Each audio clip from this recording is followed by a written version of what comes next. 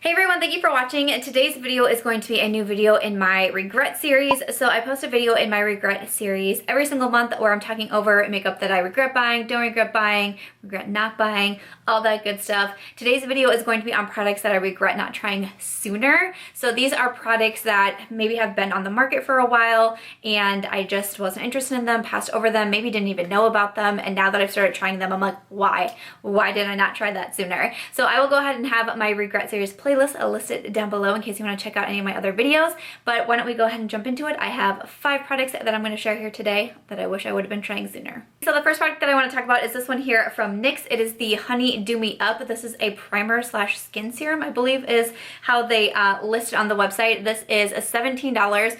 This is such a nice primer and I find myself reaching for it more and more, and you need such a tiny amount and it's a pretty big bottle in here. It kind of has this kind of like paddle applicator. It kind of reminds me a little bit of this one that I used today from YSL, the Touche Éclat Blur Primer. This is just a little sample. Like they kind of have that same similar applicator as well. This one I feel like is a really nice kind of like brightening primer. When you first apply it, I will say it feels almost a little bit sticky on the skin, and the first time I used it I was like, I don't know, but it really sinks into the skin right away. So by the time I'm putting my foundation on, I really don't notice that, but it makes my skin nice and soft. I feel like it helps kind of blur a little bit as well, which is nice, but I also think it's a really nice brightening primer as well. And I just really enjoy this one. I keep reaching for it. It's set out from all my other primers instead of in the drawer, because that's how often I use this primer. So I really, really like this one. Next up, I want to talk about some products from Nars. These are the Velvet Lip Glides. I've been saying recently in my videos, like you guys probably knew that this video was coming and that these would be featured in this video, because I feel like I keep saying like, how come I didn't try the Velvet Lip Glides before? How come people didn't tell me how wonderful they were?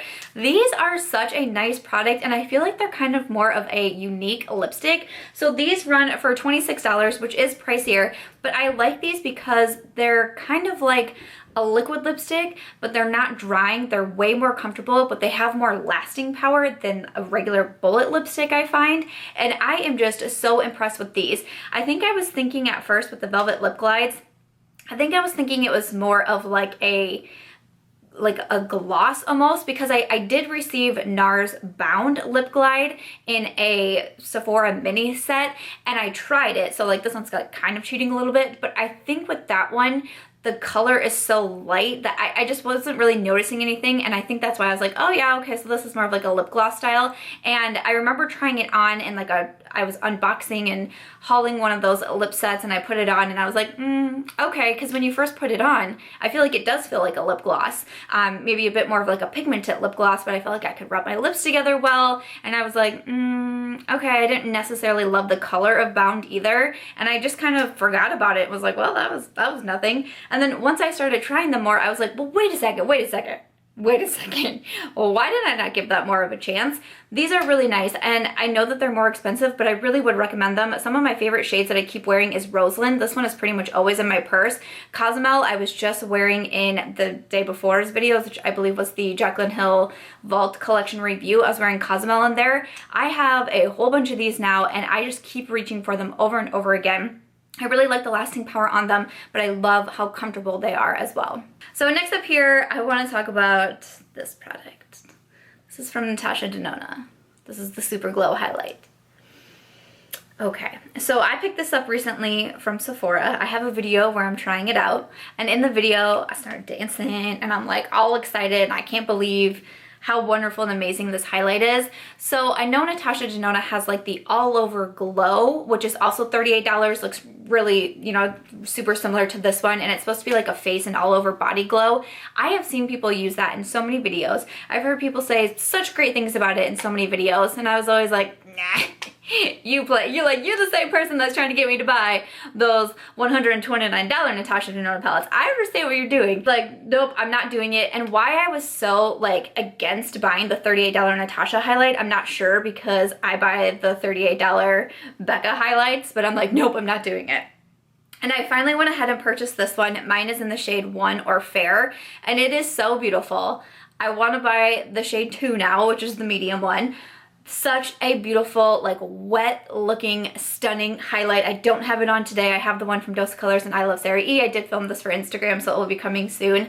another beautiful highlight, but I was like, wow, I was so wrong. And when people were saying that that highlight was so good, I should have listened to them. So this one is really beautiful and I would highly recommend. I have some more lip products that I want to talk about. And I am just like, how come no one has ever told me that these are so good? I'm super confused at this. I hadn't even heard of, are these like a newer product? I don't feel like these are new to Buxom, but wow, I really enjoyed these guys. These are called the Gel Matte Lipsticks. So I got these recently in a package from Buxom and I was like, okay, you know, I could give it a try. They sent me over the shades White Russian and then Ruby Temptress. And I tried out White Russian when I was swatching a few of the different lip products that they sent to me. This is what the lipstick looks like. So it's just really like sleek black packaging and the cap is kind of like the magnetic style as well. And then you just kind of have this bullet lipstick. The moment I started applying this, I was like, whoa, whoa, whoa, wait. Because it applies super creamy and easily, and usually for a matte bullet lipstick, I typically don't like them because I find them harder to apply. I find them a little skippy or draggy on my lips and that I can't quite fill them in how I want them to, and I get pretty frustrated with that. This was totally different, super creamy, easy to glide onto the lips, and I was like, what? And after I had it on, it looked so nice. I really enjoyed this color. I was wearing Ruby Temptress in a Will I Buy It video recently as well with kind of a red look because this one is more red. And again, just a really nice lipstick formula, and now I kind of want all the shades, but especially the nudes, but I want so many of these shades now because this is such a nice lipstick formula. I have no idea how I never heard anything about these. I don't know why I haven't tried them sooner, but these are really nice. They're $22, so they're a little bit cheaper than the Nars ones, but if you know, maybe you're not a fan of the liquid lipsticks, but you still kind of like the more matte lip look, you could check these out. They're super comfortable as well. They're not drying at all on the lips. They kind of fade a little bit quicker than, you know, the traditional liquid lipstick, but they're super easy to reapply as well. So impressed with these. And then the fifth and final item that I want to chat about is the Morphe Continuous Setting Mist. So everybody was raving about the Continuous Setting Mist, and I was like, like it's just a setting spray. I don't know like what we're all losing our panties over. Like it's probably fine. And it was never available at Ulta. It was only available on the Morphe website. And once Morphe went into Ulta, I love my Ulta points. Okay, like if I can order something on Ulta's website, I'm going to because I spent enough money there. I want my points. That's just how it is. I'm just being truthful. And so when this came into Ulta finally, I was like, okay, fine, I'll go ahead and buy it. I am almost out of it, and it is so nice. This is one of those sprays that like as I'm doing my makeup and as I'm like nearing the end, I'm like, I get to use the Morphe spray soon. I get to use the Morphe spray soon. It is a really nice spray. I'm seriously telling you guys. And I don't have a code with Morphe, and I'm not telling you to buy from the Morphe website. I buy it on the Ulta website. I'm just telling you that it is definitely one of like my top 3 setting sprays right now. I love the Continuous Setting Mist. It just, I mean, I'm getting down there, so I'm not just gonna go ahead and spray it because that would be sad. But it has that continuous setting mist, which is so nice, and I don't have that on anything else. You always have to instead. But it also is one of, like, this is right up there with my Fix Plus at how it really melts the powders into your skin. If I feel like I'm having a cakey day, I went too heavy on my foundation, maybe I used too much powder, I'm like, oh yes, this will really settle everything in there and it'll make it look more natural on my skin, and I appreciate that. And I do think that it really is helping with the longevity of the makeup as well. This is a really nice one. This is $15, so it's cheaper than other setting sprays, especially ones that I really enjoy. The Fix Plus I know is in the $20 range. I believe the Urban Decay is in the $20 range as well, if not even a little bit higher than the Fix Plus.